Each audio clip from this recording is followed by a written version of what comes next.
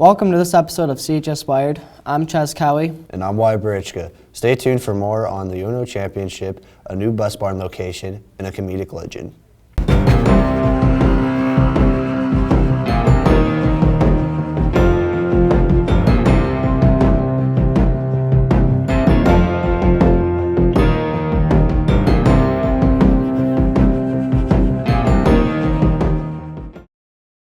Recently, there's been a controversy on how the activities budget is determined.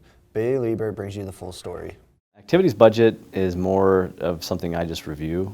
Mr. Holt really does most of the legwork in terms of getting the budget set every year, but then certainly he asks questions of me. I'm in charge of that part of the budget that handles our officials, that we pay for officials, for our travel, for supplies and equipment, rental fees like for the rec center and the golf course. My name is Stephanie Bell, and I'm a trustee on the board.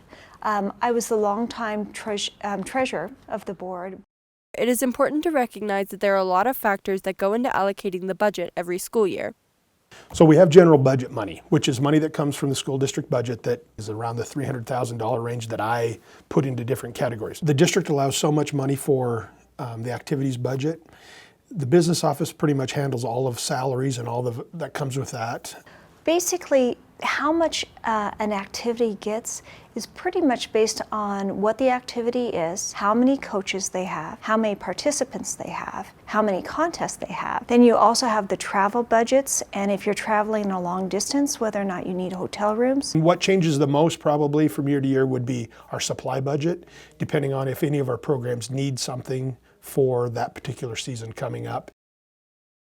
This is the percentage of the activities budget each activity was initially given this school year. This is the percentage of the sports budget each sport was initially given this school year. Sometimes the boys go to the Green River tournament, the girls are at home at Orland, so we may have to put in for an extra night down in Green River, but then that just switches back the next year, so it's easy to do. The sports and activities budget is one that takes very careful consideration and is evaluated several times before it is decided. Even though we've had some difficult budgetary times, we're in good shape, and I'm very optimistic. This has been Bailey Liebert and TJ Smith for CHS Wired. To see more on the graphs, check our Instagram at CHS Wired. Cody High School recently had 3 new student teachers join us. Even Robinson takes a closer look. I'm Solana Quisdorf, and I am student teaching contemporary lit A and B and expos writing for Trev Wood. Chelsea Lund, and I teach high school biology. Well, I'm student teaching high school biology. I'm Allie Barker. I'm student teaching with Miss Hayes is English 9 and expository writing. Yeah, I love it. I've never had a student teacher before, so to have Miss Quisdorf in the classroom helping out, it's a great experience. It's been enjoyable. She's doing a really nice job. She is currently taking over more of my classes. She has 2 classes that she is fully in control of all of the time, and 1 class that she's mostly in control of all the time, and another class that we're co-teaching. She comes to the lessons and units that we teach with a new perspective. So where her brain's going with the lesson, not necessarily where my brain would go. So I'm learning kind of a new spin on some lessons that we're teaching in the classroom. It gives me new ideas. She's bringing new ideas to the table for what I could be doing with the things that I need to teach. And it also eliminates a lot of my grading responsibilities, which I find very, very helpful. It's always nice to have extra help. I know so far she's been teaching first and second block, which are Biology 1 molecular sections. And it's just nice to have 2 people in the room to help kids. I want to become a teacher because I love books. I love talking about books and teaching books, but I also love kids. This is a super hard time in kids' lives, and so it's kind of fun for me to be there for them and to help them, to talk with them. And our subject is unique because we get to talk about life, so I get to kind of kill 2 birds with 1 stone there. I would really like to help students because I know life is hard once you get out of high school, and I just like to help prepare people for that because sometimes I don't necessarily feel I've been prepared for it. I want to become a teacher because when I was younger, my brother was diagnosed with cancer, and so the teachers really helped me out get through that, and I want to be that kind of teacher for students who are going through what I went through.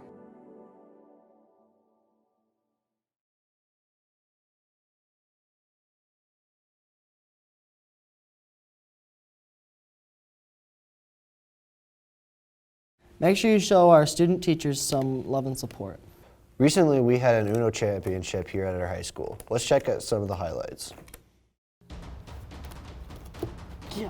Boom.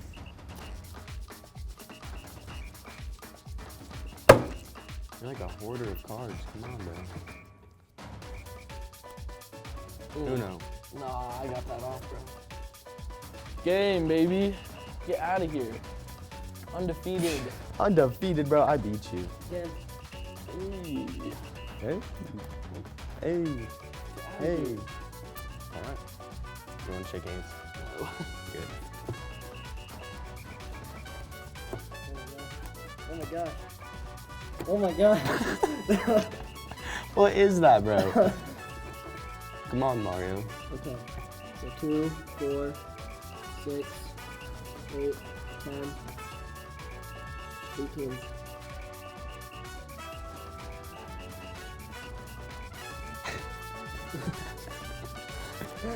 Eat. Oh, shoot. Eat again. And, you're in trouble, Chance.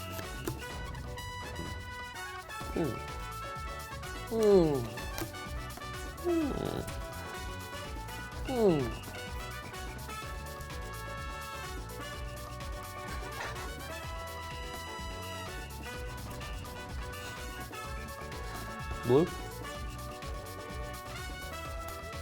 You're in trouble, Chance. Let's go.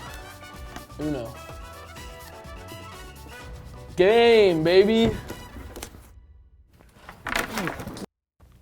Congrats to Chance for winning the national championship.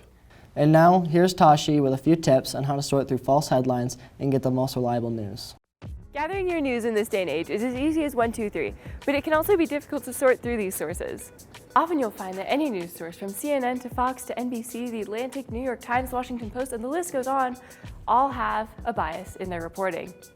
But just because something's biased doesn't mean you have to throw it out the window. Just that you need to take a closer look at the stories you consume. Some biases are far more clear than others.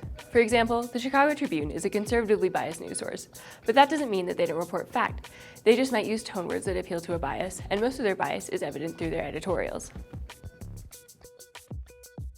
The same goes on the other side for the Boston Globe.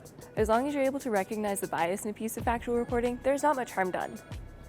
The real problem is when outlets claim to be news sources, but they don't reflect the truth. These are called questionable sources. They often take things out of context, make up false events, or take out parts of a story that don't support their own biases. Sources like PragerU, Middle American Democrat, Focus on the Family, Daily Mail, Breitbart, and Woke Sloth can all be found as questionable sources.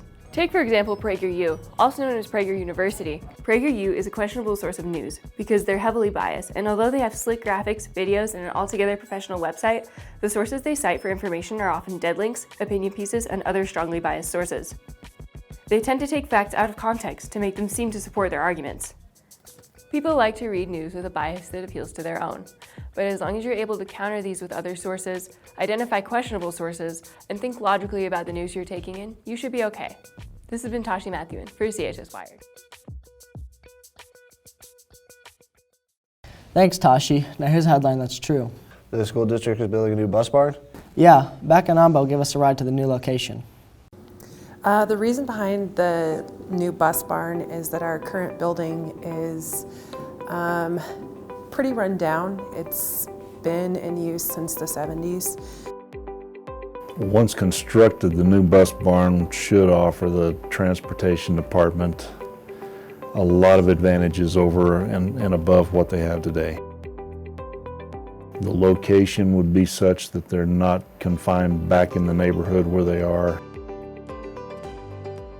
The mechanics bays aren't actually long enough for them to do any work on the back side of the buses without having to open the motors up and back the buses in. The budget is just in excess of $3.4 million. The district had some capital construction funds on hand, and then they sold 25 acres behind the ag barn up on Beacon Hill. So the proceeds from that, the existing capital construction money, and then the sale of the old bus barn will all go toward the construction of the new bus barn. All of the money for the bus barn is already in our hands. There's not anything coming from any other sources where people have to worry about us taking away from any other programs or being taxed at a higher rate. I'm really excited about the bus barn project. It's something that's needed to happen for a long time now.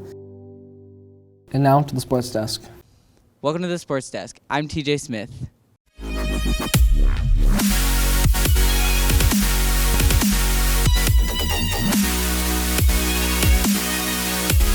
Let's see how our Alpine ski team has been doing. The Cody Alpine ski team has had a good beginning of the season, with more training time than most years before. Their coach gives us his impression on this season. So far our season has been perfect in terms of our conditions, and we were just rolling through our first 3 races. Overall, I would say our season is just going really well. We have potential to do really well at state. Nicole Wagler, Cody's first varsity girl, gives us her opinion on the season. For the team, the season's going really well. We have at least 5 of our varsity athletes in the top 15 for All-State, which is way better than our previous years that we've had. Both boys and girls are most of the time get second at every race, which is really good. With such a strong team this year, the biggest challenge currently is selecting the top competitors for each meet. We have a lot of very good skiers right now. And in our boys team, with a bunch of youngsters that a year ago were very primitive in their approach to skiing. They were good skiers and very athletic, but they weren't racers. And now all of a sudden, we're just seeing these guys step up. And our challenge really is to try to figure out how to pick among our top 7 or 8 or 9 racers and try to find our 5 best varsity for any given day. This has been Sasha Biget for CHS Wired. Alpine ski team will be heading to state on March 6th. Last week, indoor track was at Simplot. Raylan and Porter bring you the story.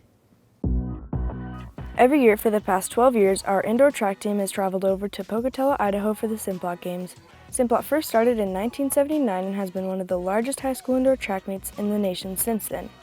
Competitors got the chance to talk with some Olympians, including Dick Fosbury, who created the method of high jumping that we use today, called the Fosbury Flop. Our athletes had a great time at Simplot and competed well. Simplot is obviously a giant track meet in Pocatello, Idaho, where people from around all of the United States and even from other parts of the world gather together and get to compete in probably one of the biggest stages for indoor track. I like watching all of the different athletes because they're from all around the world, and that just means that there are some amazing athletes there and they're nationally ranked, so it's really cool to get to watch them compete. They did like an athlete march, and so we all kind of got to walk around and I don't remember what they call it. It's like a parade, I guess. They do it in the Olympics. They'll have all the nations under their flag and they all walk around. So it's just kind of like a parade of athletes, I think is what they called it. The best part of Simplot is always seeing the competitors and all the people that get to compete, and obviously watching people break records. That's pretty cool. Some of the best athletes in the state and in the world are there, so. I think there was teams from Australia and New Zealand there. I think that you should take every race seriously and every race should be a big deal to you, but Simplot Games was definitely on a grander scale. We did go on one hike, which is kind of fun. But other than that, we mostly just sat. Sitting, lots of sitting. We spent most of our time in the stands, but that also comes with an advantage because you get to watch other athletes compete, which is really cool. 2 of our athletes made it to finals. Grace Schaefer pole vaulted in finals and finished in 9th place with a height of 11 feet and 3 inches. Riley Smith placed 4th in the mile with a time of 5 minutes and 9 seconds. This has been Raylan Mong for CHS Wired. Idaho seemed fun. Way to go, Bronx and Phillies. During sports seasons, athletes miss lots of school. Paige Bauer brings you the story.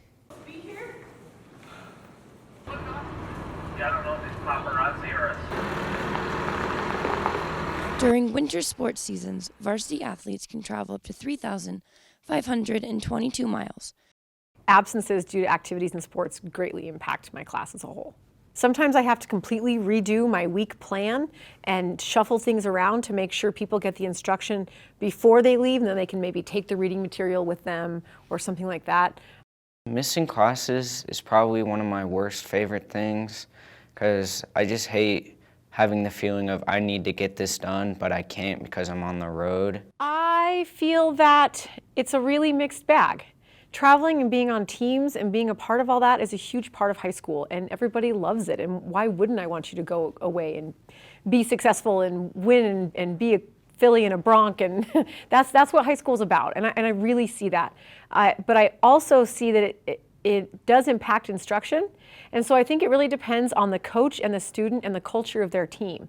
I feel like teachers are annoyed by students because sometimes you'll need like partners, or like once again with the participation points, it's hard for teachers to have like set groups because kids are always missing, so they can't be like, your partner is this kid because he might be gone the next day for whatever sport. Athletes, be sure to stay informed on instruction. Play hard, Bronx and Phillies. It's been TJ Smith for the Sports Desk. Now let's take a look at this week's movie quiz. As you wish.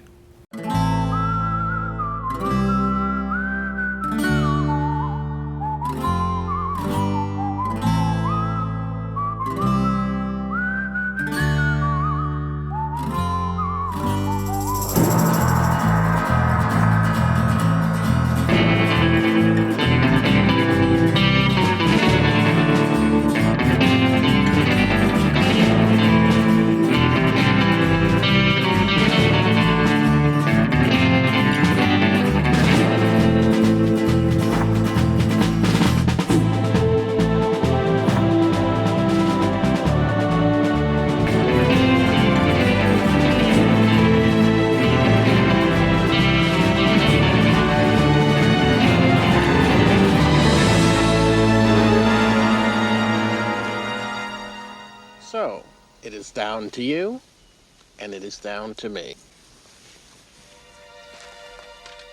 If you wish her dead, by all means, keep moving forward. Let me explain. There's nothing to explain. You're trying to kidnap what I've rightfully stolen. Perhaps an arrangement can be reached? There will be no arrangement, and you're killing her. Well, if there can be no arrangement, then we are at an impasse. I'm afraid so. I can't compete with you physically, and you're no match for my brains. You're that smart. This week's movie quiz is Princess Bride, directed by Rob Reiner and stars Carrie Elwes, Robin Wright, and Andre the Giant. This movie is about heroes, giants, villains, wizards, and true love. This week's movie question is, where does iocane powder come from? If you think you know the answer, call extension 5125. Call quickly. Most of you have heard, literally have heard, of the infamous Maddox Stinson. Brooke Deal follows up on his passion. I'm Maddox Stinson, and I'm an aspiring comedian, sorry, same thing. When my brother and sister started succeeding in colleges and in academia, my mom was calling me a joke a lot. So I figured that's what got me into comedy. Just like making people laugh, and I kind of enjoy the sound of laughter, I guess. It's just always been something I've enjoyed, and I didn't really know that you could, do it as a career till it came out of the womb. Comedy, like starting comedians, it's not an income field. A lot of open mics and openings you have to do for free in the beginning, and the payment is small. What you get to do after a while is people will bring you in so you can do it at a fairly cheap price by flying out to where you're going, and then the comedy place will pay for the finances of that. But it is definitely not a money career. My actual plans are to, in my subsequent year, after senior year, I'm gonna take a gap year and go do a lot of comedy and bike racing as well, and then also, of course, work. Then from there, hopefully philosophy and the law. My truest, deepest hero. My brother, Carrick Stinson, he was definitely the highlight of the family before I came along. And he's for sure someone that's paved the way for me to hopefully have some sort of success. I discovered my passion for comedy. I was going through a rough patch in my junior year, as juvenile as that sounds, and I started listening to a lot of comedians, and such as like Chad Daniels, Daniel Tosh, Anthony Jeselnik, Mike Birbiglia, and those are some of my comedic heroes. I want people to remember me by my name, mostly, yes. And then if there's one other characteristic I want people to remember me by, it's about how good of a math student I am. I am definitely the best in Cody High School.